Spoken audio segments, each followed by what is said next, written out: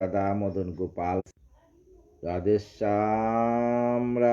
শ্যাম আনন্দ লীলাময়ং বিগ্রহায় হেমাব দিব্যচ্চ বিসুন্দরায় তস্মৈ মহাপ্রেমরসে চৈতন্য চন্দ্রায় নমো নমঃ। শ্রীকৃষ্ণ চৈতন্য প্রভু নিত্যানন্দ শ্রী অদ্বৈত গদাধর শিবাসাদি গৌর ভক্তবৃন্দ। হরে কৃষ্ণ কৃষ্ণ কৃষ্ণ হরে হরে, হরে রাম রাম রাম হরে হরে। আজকে আমরা আলোচনা করি অপরা একাদশী সম্বন্ধে।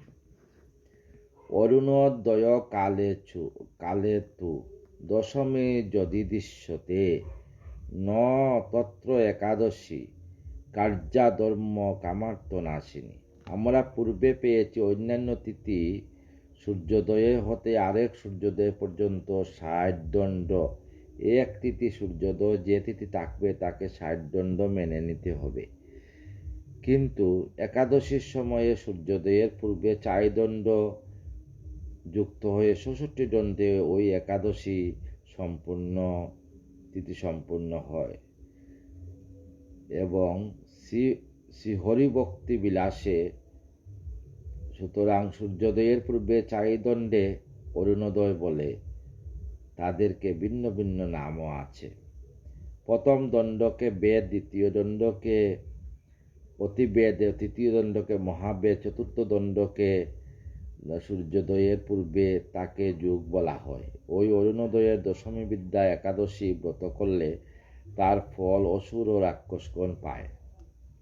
যেমন প্রথম দণ্ডে দশমী কালে ওই ব্রতের ফলে মোহিনী নামে অসুর পেয়ে থাকে এবং দ্বিতীয় দণ্ডে দশমী থাকলে উহার ফল জম্বাসুর প্রাপ্ত হয়। তৃতীয় দণ্ডে দশমী থাকলে নামে অসুর পায় এবং চতুর্থ দণ্ডে দশমী থাকলে ওই ব্রতের ফল রাক্ষস পায়, দেবতাগণের সাথে যুদ্ধ বিজয়ী হয়। আবার হরিভক্তি বিলাসে লেখা হয়েছে, ব্রহ্ম বৈবর্তে শ্রীযুত সৌনুক সংবাদে আমরা পাই যে কারয়ন্তী কুর্বন্তী দশমী তাম শুদ্ধ তন্মুখং ভিক্ষা সূর্যদর্শন মাচরয়েত।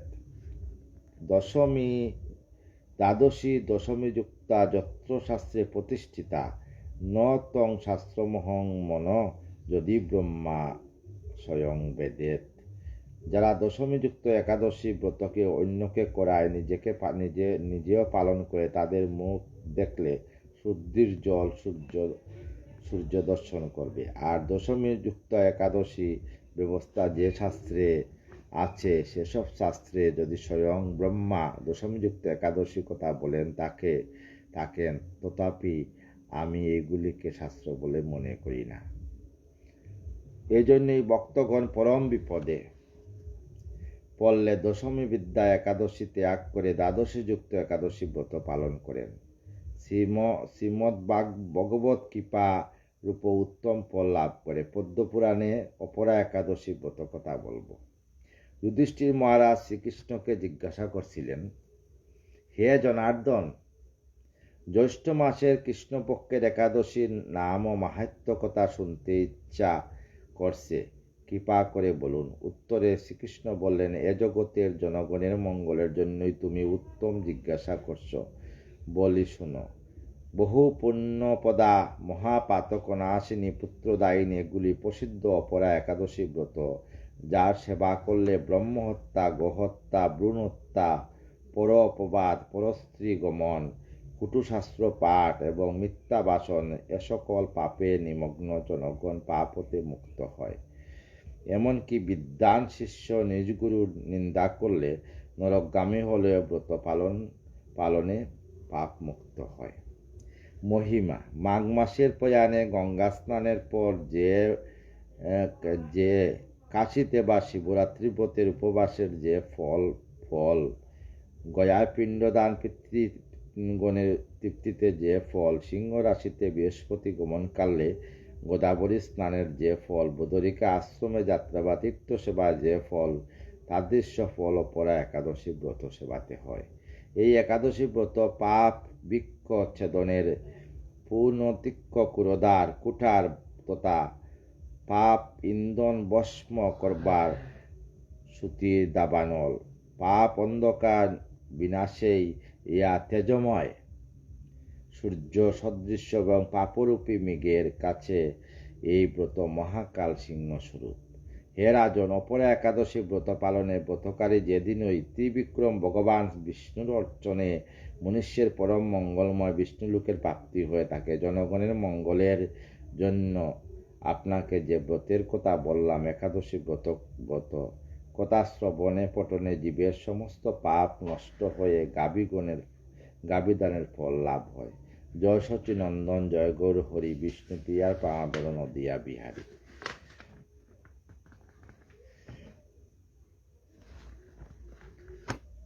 শ্রীমদ্ ভাগবত অষ্টাদশ অধ্যায়। অর্জুনের প্রতি যুধিষ্ঠিরের জিজ্ঞাসা। ভাগবত কথা শ্রবণ করলে সমস্ত পাপ নাশ হয় এবং রাধারানীর ক্রিয়াচরণে দাসত্ব লাভ করা যায়। সমস্ত পাপ নাশ হয়, দেহ শুদ্ধ হয়ে যায়, হৃদয় সিংহাসনে প্রভুর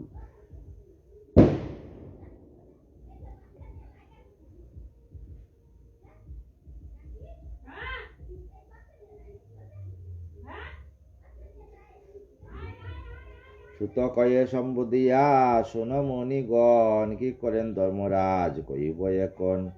বহুদিন হল পার্থ গিয়া দ্বারকায়, না ফিরেন তথা হতে ভাবে ধর্মরায়।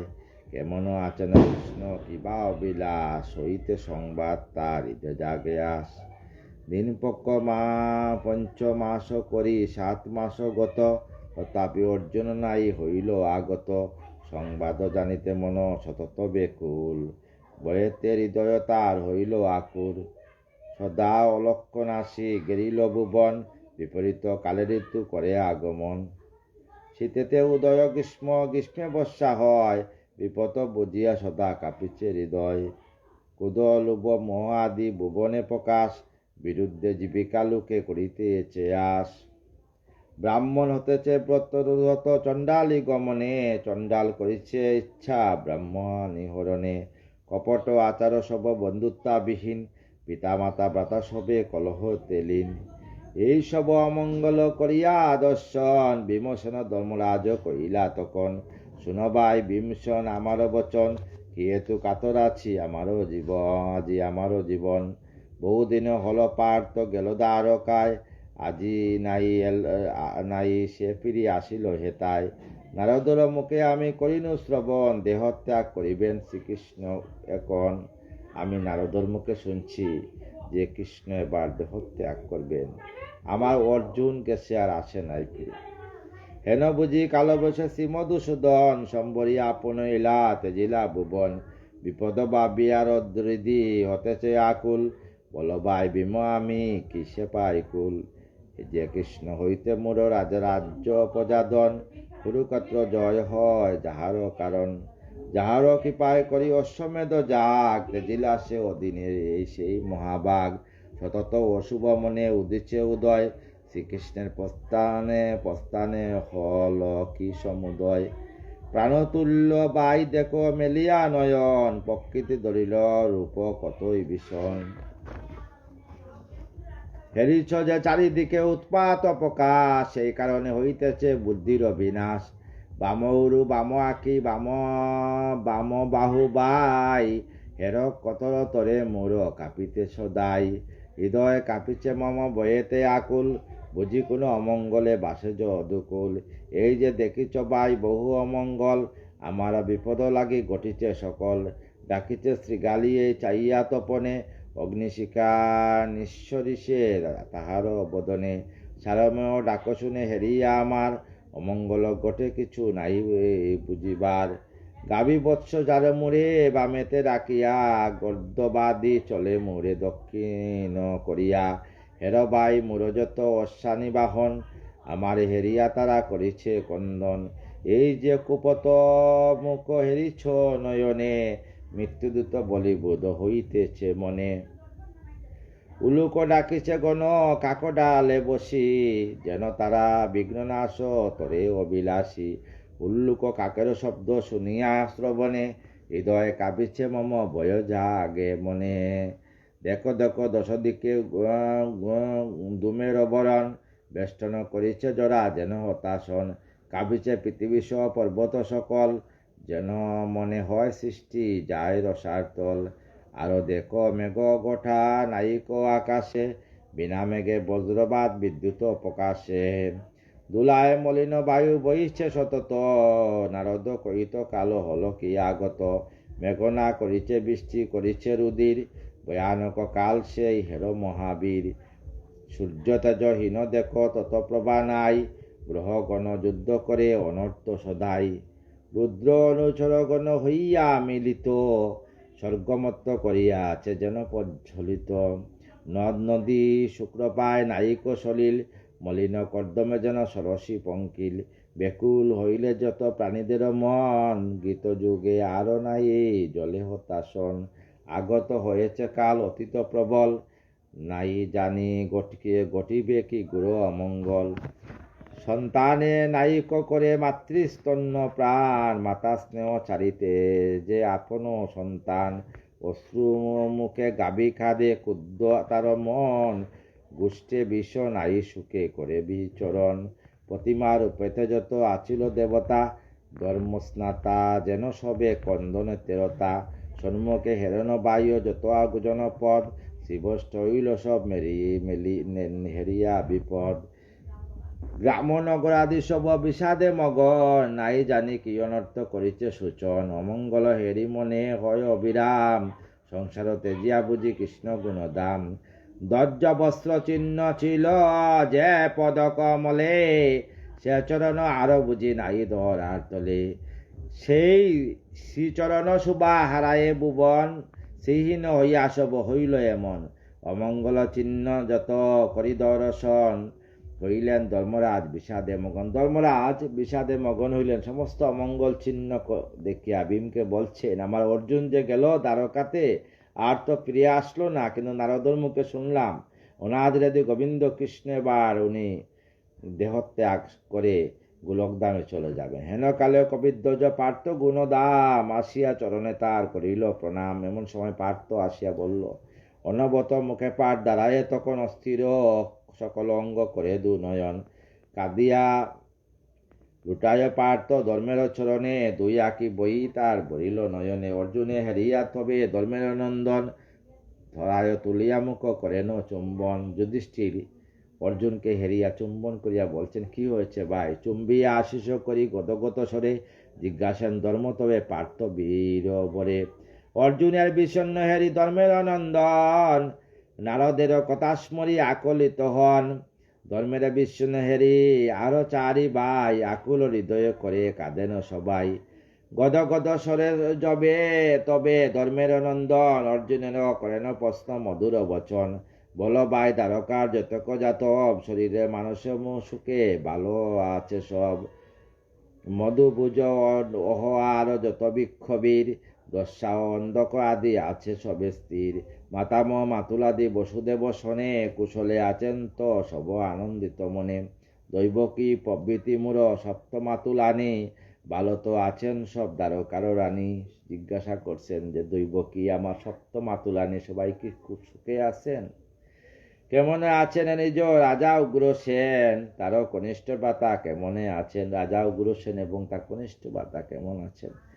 পিতৃবক্ষুরার জয়ন্ত সারণ, সত্যজিৎ আদি সব আয়ন আছেন কেমন? বিঞ্চি বংশ চূড়ামণি অনিরুদ্ধ বীর, পদ্মোন্নত সুখে আছে বল বল ধীর। বলরাম বলমূর আছেন কেমন? সুসেন ঋষভ শাম্ব আনন্দে তেরন। শ্রুতদেব উদ্ধবাতি কৃষ্ণ অনুচর, সুনন্দ নন্দ আদি মহাবলধর। হে অর্জুন বল বল জিজ্ঞাসি তোমায়, কেমনে আছেন বল সেই যদুরায়। বন্ধুগণ সহ কৃষ্ণ আপন নগরে, সুখে তো আছেন তিনি প্রফুল্ল অন্তরে। জীবের মঙ্গল করে করিতে পালন, যদুকুলে ভগবান অবতীর্ণ হন। যদুপুরে নিরন্তর রইয়া কেশব, প্রফুল্ল করেন সদা পুরবাসী সব। সত্যভামা আদিরানী ষোড়শ হাজার, স্বামীর চরণপদ্ম করিয়াছে সার। তাহাদের প্রীতির্তরে শ্রীমধুসূদন, দেবভোগ্য পারিজাত করে নয়ন।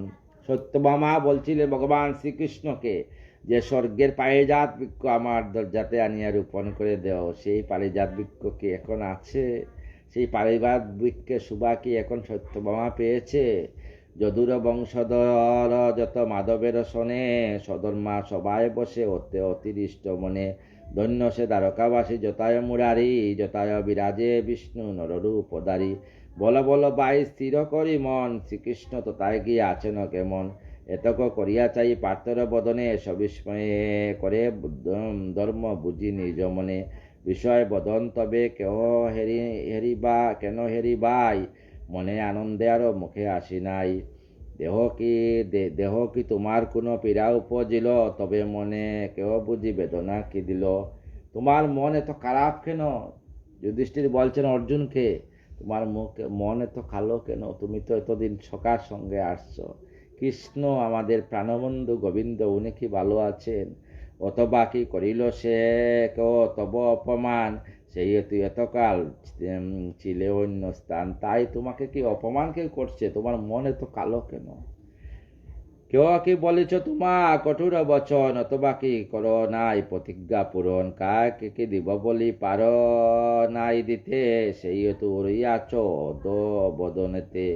রমণী বালক বিদ্য অথবা ব্রাহ্মণ, করেছ কি হেন তব জনে বিপদে বর্জন।